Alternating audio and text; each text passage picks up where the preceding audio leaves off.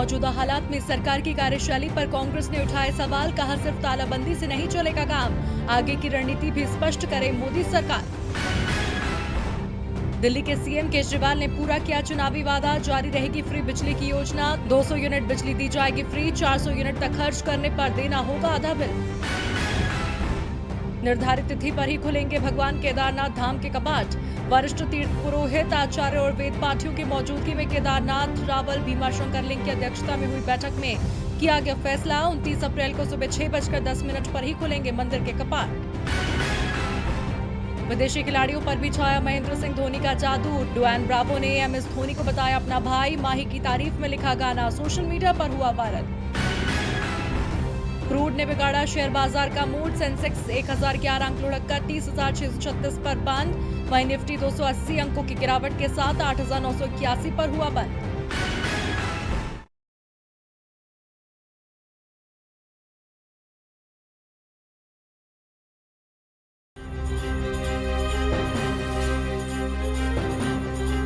नमस्कार, दिन भर की बड़ी खबरों में आपका स्वागत है। मैं हूं आपके साथ मीनाक्षी त्रिवेदी। आज इस बुलेटिन में बात करेंगे जल्द लॉकडाउन पर लगने वाले ब्रेक की, मोदी सरकार के फैसले से नाराज राहुल गांधी की, जानेंगे कैबिनेट गठन में क्यों मजबूर दिखे शिवराज, और क्या बिहार में नहीं होंगे विधानसभा चुनाव, और आखिर में बात 3 दशक के सबसे बड़े घाटे की। लेकिन तमाम बड़ी खबरों से पहले एक नजर इस वक्त की सुर्खियों पर। मौजूदा हालात में सरकार की कार्यशैली पर कांग्रेस ने उठाए सवाल, कहा सिर्फ तालाबंदी से नहीं चलेगा काम, आगे की रणनीति भी स्पष्ट करे मोदी सरकार। दिल्ली के सीएम केजरीवाल ने पूरा किया चुनावी वादा, जारी रहेगी फ्री बिजली की योजना, 200 यूनिट बिजली दी जाएगी फ्री, 400 यूनिट तक खर्च करने पर देना होगा आधा बिल। निर्धारित तिथि पर ही खुलेंगे भगवान केदारनाथ धाम के कपाट, वरिष्ठ तीर्थ पुरोहित आचार्य और वेद पाठियों की मौजूदगी में केदारनाथ रावल भीमाशंकर लिंग की अध्यक्षता में हुई बैठक में किया गया फैसला, 29 अप्रैल को सुबह 6:10 पर ही खुलेंगे मंदिर के कपाट। विदेशी खिलाड़ियों पर भी छाया महेंद्र सिंह धोनी का जादू, डुआन ब्रावो ने एमएस धोनी को बताया अपना भाई, माही की तारीफ में लिखा गाना सोशल मीडिया पर हुआ वायरल। क्रूड ने बिगाड़ा शेयर बाजार का मूड, सेंसेक्स 1011 अंक लुढ़ककर 30,636 पर बंद, वहीं निफ्टी 280 अंकों की गिरावट के साथ 8,981 पर हुआ बंद। सुर्खियों के बाद अब बात आज की सबसे बड़ी खबर की। देश में तालाबंदी की मियाद 3 मई को खत्म हो रही है।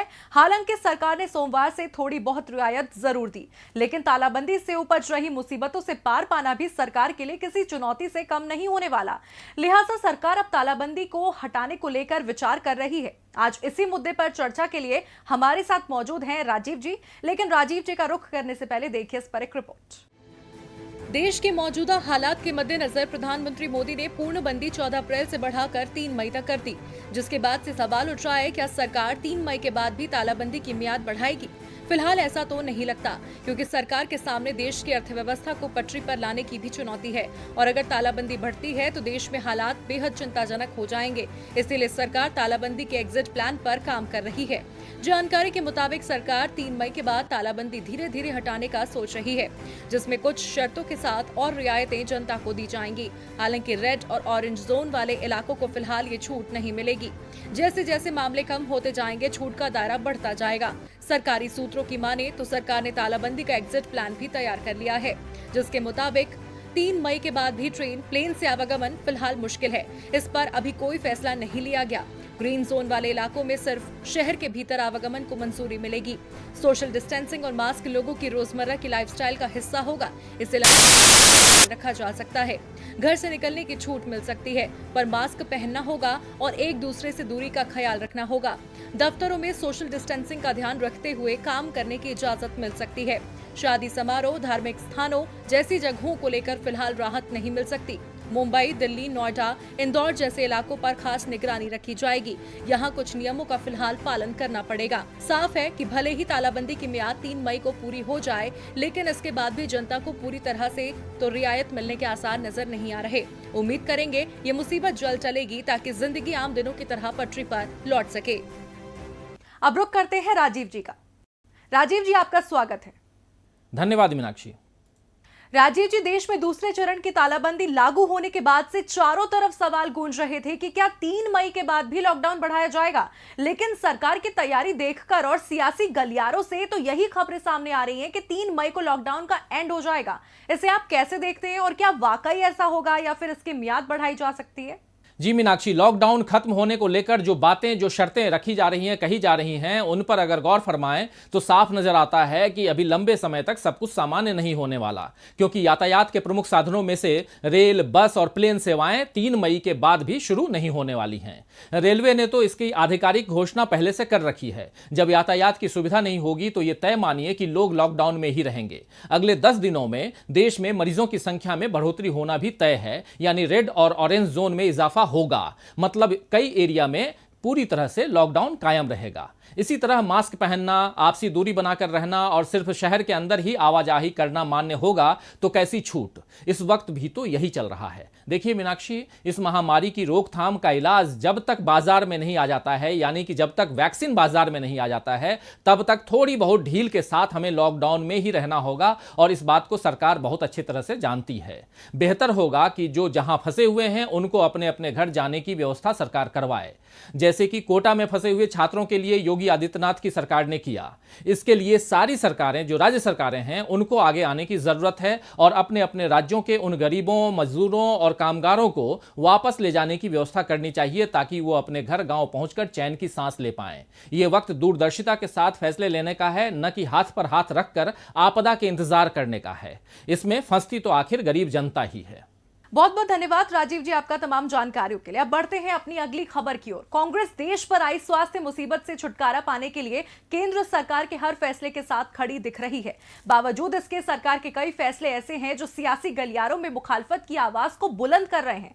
आज भी राहुल गांधी ने एक मामले पर जमकर सरकार की घेराबंदी की। तो किस मामले पर आया राहुल को गुस्सा, रिपोर्ट में देखिए। देश में मौजूदा स्वास्थ्य परेशानी के मद्देनजर कांग्रेस के पूर्व अध्यक्ष और पार्टी के सांसद राहुल गांधी काफी सक्रिय नजर आ रहे हैं। कई दल राहुल की सक्रियता की सराहना भी कर रहे हैं। साथ ही राहुल को सकारात्मक विपक्षी नेता के रूप में देख रहे हैं और ऐसा होना भी लाजमी है, क्योंकि वो देश को मुसीबत से बाहर निकालने के लिए लगातार कदम उठाते दिख रहे हैं, तो सत्ता पक्ष को सही रास्ता भी दिखा रहे हैं। लेकिन हाल ही में केंद्र सरकार ने जो फैसला लिया उसने राहुल गांधी का पारा चढ़ा दिया। दरअसल आज राहुल गांधी ने अपने आधिकारिक ट्विटर अकाउंट पर एक खबर को शेयर करते हुए केंद्र सरकार को घेरा। मौजूदा परेशानी के बीच सरकार के एक फैसले से बखेड़ा खड़ा हो गया है, जिसमें उसने गोदामों में मौजूद अतिरिक्त चावल का उपयोग हैंड सैनिटाइजर्स की आपूर्ति के लिए जरूरी इथेनॉल बनाने में करने का फैसला किया है। इस पर राहुल गांधी ने सरकार को आड़े हाथों लेते हुए ट्वीट किया, लिखा, आखिर हिंदुस्तान का गरीब कब जागेगा? आप भूख से परेशान हो रहे हो और वो आपके हिस्से के चावल से सैनिटाइजर बनाकर अमीरों के हाथ की सफाई में लगे हैं। आपको बता दें, सरकार की तरफ से बताया गया कि चावलों से इथेनॉल का निर्माण किया जाएगा, जिससे सैनिटाइजर की उपलब्धता आसानी से सुनिश्चित हो सकेगी। सरकार ने ये फैसला ऐसे समय में किया है जब देशव्यापी बंद की वजह से लाखों की संख्या में प्रवासी लोगों को भोजन उपलब्ध नहीं हो रहा, जिसके मद्देनजर आज राहुल गांधी का गुस्सा फूट पड़ा। देखना होगा राहुल के आक्रामक तेवर पर अब सरकार क्या सफाई देती है। तो एक तरफ सरकार के फैसले से जरूरतमंद मजबूर नजर आ रहे हैं, जिनके हक में राहुल आवाज उठा रहे हैं, तो वहीं मध्य प्रदेश में शिवराज ही मजबूर दिख रहे हैं। जी हां, सरकार बनाने के बाद आखिरकार मध्य प्रदेश में शिवराज मंत्रिमंडल का गठन हो गया। मंत्रिमंडल में 5 मंत्रियों को शामिल किया गया, लेकिन मंत्रियों की सूची को देखकर साफ साफ समझा जा सकता है कि शिवराज मजबूत नहीं, मजबूर नेता बनकर उभरे हैं, क्योंकि इस बार मंत्रिमंडल गठन में उनकी बिल्कुल नहीं चल पाई है। देखिए रिपोर्ट। मध्य प्रदेश में कांग्रेस की सरकार 15 महीने ही चल पाई और इसके बाद 23 मार्च को शिवराज सिंह चौहान प्रदेश के सीएम बन गए। शिवराज सीएम तो बन गए, लेकिन उनका मंत्रिमंडल नहीं बन पाया। उसके बाद से ही विपक्ष शिवराज सिंह से सवाल कर रहा था कि जब पूरा प्रदेश मुसीबत में है तो उनकी कैबिनेट कहाँ है। शिवराज चाहते थे कि 1 दर्जन मंत्री शुरुआत में बनाए जाएं और जब प्रदेश मुसीबत से निकल आए तो फिर बड़ा मंत्रिमंडल तैयार किया जाए, लेकिन पार्टी आलाकमान ने शिवराज की किसी भी मांग को स्वीकार नहीं किया और आज जब शिवराज सरकार का विस्तार हुआ तो सिर्फ 5 मंत्रियों को ही जगह दी गई। और इन मंत्रियों की लिस्ट पर नजर डाली जाए तो ये साफ है कि इसमें भी शिवराज की पसंद का बिल्कुल ध्यान नहीं रखा गया। शिवराज जिन्हें मंत्री बनाना चाहते थे उन्हें वेटिंग लिस्ट में डाल दिया गया है। 5 मंत्रियों में 2 मंत्री तुलसी सिलावट और गोविंद सिंह राजपूत ज्योतिरादित्य सिंधिया के कोटे के हैं। कमल पटेल, जिन्हें बीजेपी में शिवराज का सबसे बड़ा विरोधी माना जाता है, वो भी मंत्री बनने में कामयाब हो गए। मंत्रियों की सूची में चौथा नाम है नरोत्तम मिश्रा का। नरोत्तम ने कांग्रेस की कमलनाथ सरकार को हटाने में सबसे ज्यादा मेहनत की और इसका इनाम भी उन्हें मिला। माना जा रहा है नरोत्तम शिवराज सरकार में नंबर 2 की हैसियत रखेंगे। मंत्रिमंडल में 5वां नाम मीना सिंह का है। उन्हें मंत्रिमंडल में एसटी वर्ग के प्रतिनिधित्व के तौर पर देखा जा रहा है। शिवराज अपने पहले मंत्रिमंडल विस्तार में गोपाल भार्गव और भूपेंद्र सिंह को भी शामिल कराना चाहते थे, लेकिन पार्टी के राष्ट्रीय अध्यक्ष जेपी नड्डा ने इसकी इजाजत नहीं दी। गोपाल भार्गव कमलनाथ सरकार के समय नेता विपक्ष थे और उनका दावा सबसे मजबूत माना जा रहा था, जबकि भूपेंद्र सिंह तो ये मानकर भोपाल पहुंच गए कि उन्हें मंत्री पद की शपथ लेनी है, लेकिन जब उनका नाम मंत्रियों की सूची में नहीं आया तो वो वापस अपने गृह राज्य सागर लौट गए। मंत्रियों की सूची को देखकर ये साफ है इस बार शिवराज को सरकार चलाने में काफी मुश्किलें आ सकती हैं।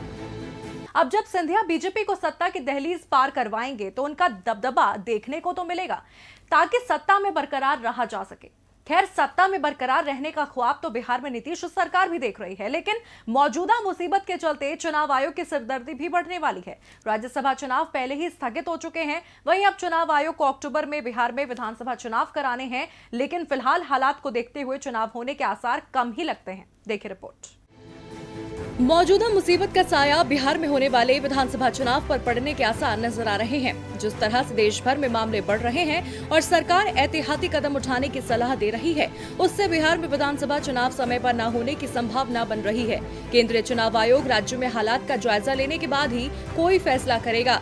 दरअसल बिहार में विधानसभा चुनाव अक्टूबर में होने वाले हैं, लेकिन चुनाव के मद्देनजर बड़े स्तर पर सामान और व्यक्तियों का एक से दूसरी जगह आना जाना होता है, जिसके कारण सोशल डिस्टेंसिंग को लेकर स्थिति खराब हो सकती है।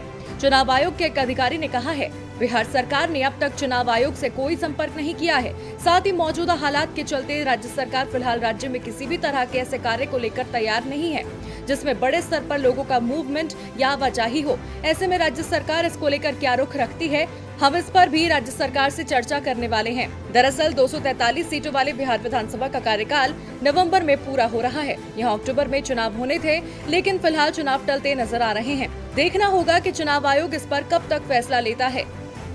अब मौजूदा मुसीबत कब खत्म होगी और कब चुनाव का शंखनाद होता है, ये तो वक्त ही बताएगा, लेकिन फिलहाल सियासत तो राजस्थान के कोटा मामले को लेकर चल रही है। पहले कोटा में छात्रों की वापसी के योगी के फैसले पर नीतीश कुमार ने सवाल उठाए, तो उसके बाद विपक्ष ने केंद्र सरकार पर भी भेदभाव करने का दोष मढ़ दिया और ये मामला अब भी शांत होता नजर नहीं आ रहा है। जी हां, अब कोटा मामले का हवाला देते हुए छत्तीसगढ़ के मुख्यमंत्री भूपेश बघेल ने भी केंद्र को घेरा है। छत्तीसगढ़ के मुख्यमंत्री भूपेश बघेल देश के स्वास्थ्य हालात की परेशानी से निकलने के लिए अपनी सक्रियता दिखा रहे हैं। कभी केंद्र को नसीहत देते दिख रहे हैं तो कभी उनकी कमियों का बखान करते। और अब बघेल ने देश के विभिन्न राज्यों में फंसे छात्र छात्राओं को उनके घर भेजने की व्यवस्था करने की मांग करते हुए केंद्र सरकार को आड़े हाथों लिया है। बघेल ने कहा, मोदी सरकार इस मामले में राज्य सरकारों के साथ दलगत आधार पर दोहरा मापदंड अपना रही है। उन्होंने राजस्थान के कोटा में कोचिंग ले रहे उत्तर प्रदेश के विद्यार्थियों को राज्य सरकार द्वारा बस भेजकर वापस लाने का हवाला देते हुए टिप्पणी की कि छत्तीसगढ़ समेत सभी राज्यों को अपने लोगों को वापस लाने का अवसर मिलना चाहिए। विभिन्न राज्यों में फंसे लोगों से जुड़े सवाल पर मुख्यमंत्री ने कहा, केरल की सरकार ने कुछ जगहों पर बाजार खोला तो केंद्र ने उसे नोटिस दे दिया, लेकिन जहाँ बीजेपी सरकार है वहाँ दूसरा मापदंड है। उत्तर प्रदेश सरकार 300 बसें भेजकर राजस्थान से बच्चे बुला लेती है। ये दोहरा मापदंड ठीक नहीं है। पिछले दिनों प्रधानमंत्री मोदी के साथ मुख्यमंत्रियों की बैठक में महाराष्ट्र के मुख्यमंत्री उद्धव ठाकरे, राजस्थान के मुख्यमंत्री अशोक गहलोत और खुद उन्होंने दूसरे राज्यों में फंसे लोगों, यात्रियों और छात्र छात्राओं को उनके घर भेजने की व्यवस्था करने की मांग उठाई थी। बघेल ने कहा, छात्रों को राजस्थान से उत्तर प्रदेश में लाया जा सकता है तो फिर श्रमिकों को उनके घर भेजने की व्यवस्था क्यों नहीं की जा सकती? ये व्यवस्था केंद्र सरकार को करनी है। बघेल के अनुसार छत्तीसगढ़ के 80,000 से ज्यादा लोग दूसरे राज्यों में फंसे हैं, जिन्हें वापस लाने का अवसर मिलना चाहिए। छत्तीसगढ़ के मुख्यमंत्री ने केंद्र सरकार से आग्रह किया है कि पूर्णबंदी के कारण राज्यों की आर्थिक स्थिति खराब हो गई है और ऐसे में केंद्र सरकार से वित्तीय मदद की जरूरत है। भूपेश बघेल के इन सवालों का अब केंद्र सरकार के पास क्या जवाब है, ये तो वक्त ही बताएगा। और बुलेटिन के आखिर में बात 3 दशक के सबसे बड़े घाटे की। कई महीनों से मंदी की चपेट में आई अर्थव्यवस्था मौजूदा हालात में पूरी तरह से गर्त में जाती दिख रही है। देश में आर्थिक गतिविधियां बंद हैं, लिहाजा कई रेटिंग एजेंसियां मौजूदा वित्त वर्ष में जीडीपी ग्रोथ का अनुमान घटा चुके हैं। हाल ही में फिच सॉल्यूशंस ने सरकार की परेशानी बढ़ाई थी, तो वहीं अब सिटी ग्रुप की एक रिपोर्ट के मुताबिक देश को इस साल 3 दशक का सबसे बड़ा घाटा देखने को मिल सकता है। देश पहले ही खराब होते स्वास्थ्य हालात से जूझ रहा है, तो वहीं अब मौजूदा मुसीबत के चलते भारत को आर्थिक मोर्चे पर बड़ा नुकसान होता दिख रहा है। कई कंपनियों के बंद होने की संभावना है, जिससे लोगों के रोजगार पर काले बादल मंडराने लगे हैं। इन सब के बीच वैश्विक ब्रोकरेज हाउस सिटी ग्रुप की एक रिपोर्ट मोदी सरकार की मुसीबतें बढ़ाती दिख रही है। रिपोर्ट में कहा गया है, भारत की कमजोर आर्थिक ग्रोथ और मौजूदा मुसीबत में सरकार द्वारा दिए गए आर्थिक पैकेज के कारण इस साल 3 दशक का सबसे बड़ा बजट घाटा देखने को मिल सकता है। आपको बता दें, भारतीय अर्थव्यवस्था में लंबे समय तक छाई सुस्ती को देखते हुए मूडीज ने पिछले साल रेटिंग नेगेटिव कर दी थी और अब सिटी ग्रुप की रिपोर्ट के मुताबिक मार्च 2021 को खत्म होने वाले साल में 1987 के बाद से ये अब तक का सबसे बड़ा घाटा होगा। 1987 में भारत का बजट घाटा 8.4% हुआ था। भारत के सामने रेटिंग और आउटलुक घटने का भी जोखिम बना हुआ है। हालांकि सिटी ग्रुप की रिपोर्ट ज्यादा से ज्यादा प्रोत्साहन पैकेज जारी किए जाने के आधार पर है, लेकिन मौजूदा मुसीबत को देखते हुए अर्थव्यवस्था को और ज्यादा नुकसान होने की संभावना है। मौजूदा हालात से पहले देश का चालू वित्त वर्ष के लिए राजकोषीय घाटे के 3.5% रहने का लक्ष्य रखा गया था, जबकि आरबीआई का अनुमान था राज्यों का बजट घाटा 2.4% रहेगा। देखना होगा कि अब मोदी सरकार क्या कदम उठाती है, जिससे अर्थव्यवस्था पटरी पर लौट सके।